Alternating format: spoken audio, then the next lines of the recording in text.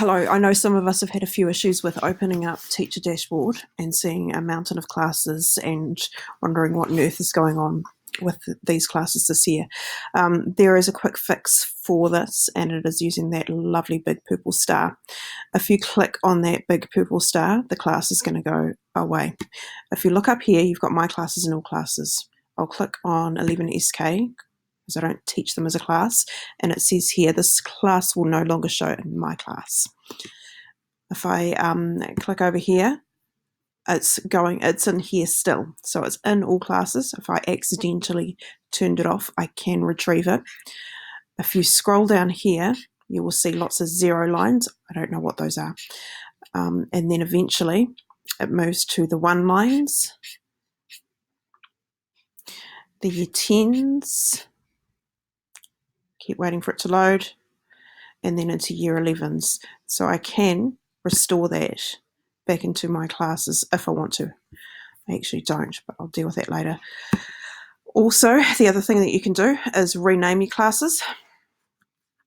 So one of my year 11 class lines, I consistently get mixed up between the other. One's line 3, one's line 4. So I've called line 3 art here Lila's class, and I've also changed the colour of it. You do that by clicking on the pencil icon in the class, calling it whatever you want to call it, and giving it a colour code.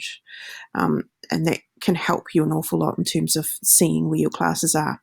You can also move classes around on your dashboard, so you don't have to have them set in the order that they are set in. You can change the order based on what suits you.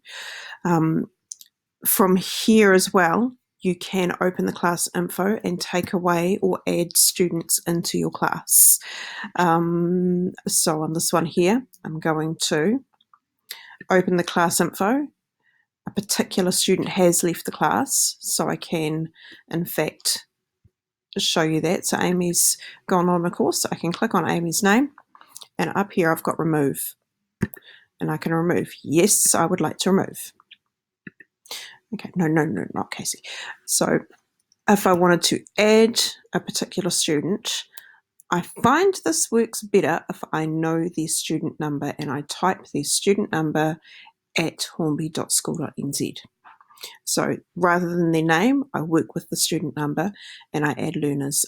Sometimes it has taken up to 24 hours for that to come through, but it does work and you're fine.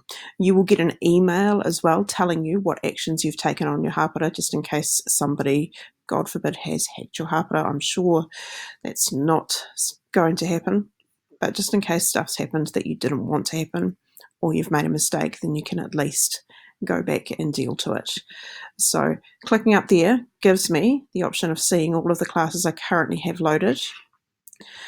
Clicking on All Classes actually initially will take me to My Classes, and I can arrange those however I want. I can color code them and I can choose which ones I actually want to have visible on my dashboard.